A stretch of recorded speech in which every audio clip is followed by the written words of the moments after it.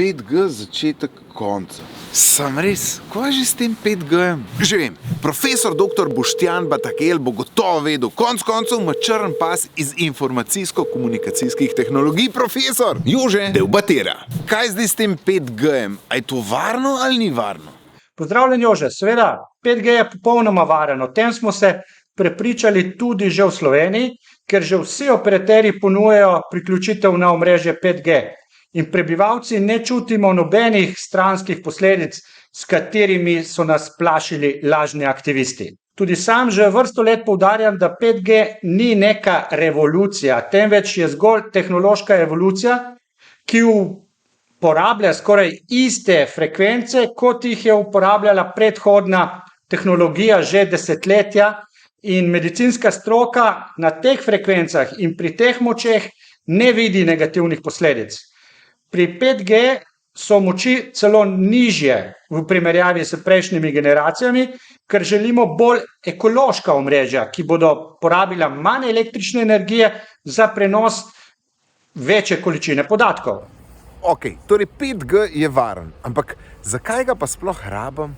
Če sem iskren, ti moram povedati, da 5G v prvi vrsti potrebujejo ponudniki storitev, tako imenovani operaterji telekomunikacijskih omrežij, če hočejo do uporabnikov prenesti vse te silne gigabajte, ki jih pretakamo po omrežju.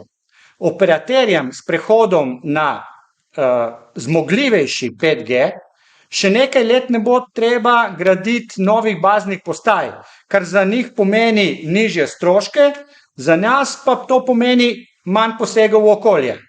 No, ti boš 5G najbolj občutil potem, da boš celovečerni film pretočil na svojo mobilno napravo namesto v 10 minutah v nekaj 10 sekundah.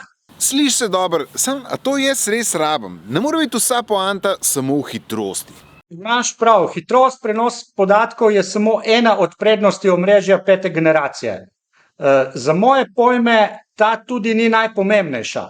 Mnogo bolj pomembne so majhne zakasnitve in boljša odzivnost omrežja. Če bo signal skozi omrežje imel zakasnitve reda nekaj milisekund, bomo poleg prenosa videa v živo, kar počneva zdaj mi dva, lahko tudi krmilila napravo nadaljavo, kar bo odprlo te neke nove možnosti, kot so avtonomna vožnja, medicinske operacije nadaljavo, vodenje robotov in podobno.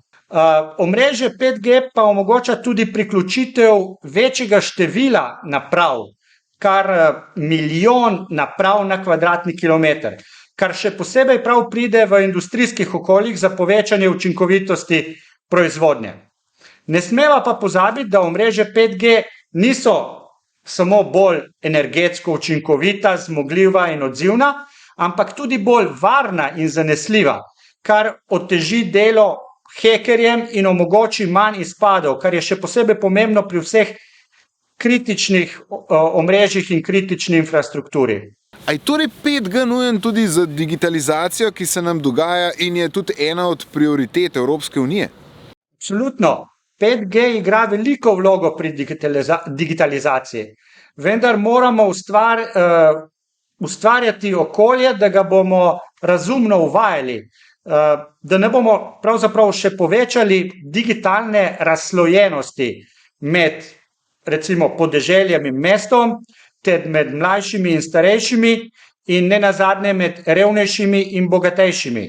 Skozi digitalizacijo in uporabo 5G moramo biti vsi na boljšem, tako podjetja kot posamezniki. To sem pa vedno za, da gremo skupaj v prihodnost. Absolutno. Hvala, profesor dr. Batagel, za tale pogovor. Lepo ste me pomirili. Se vidva. Čau. Adijo.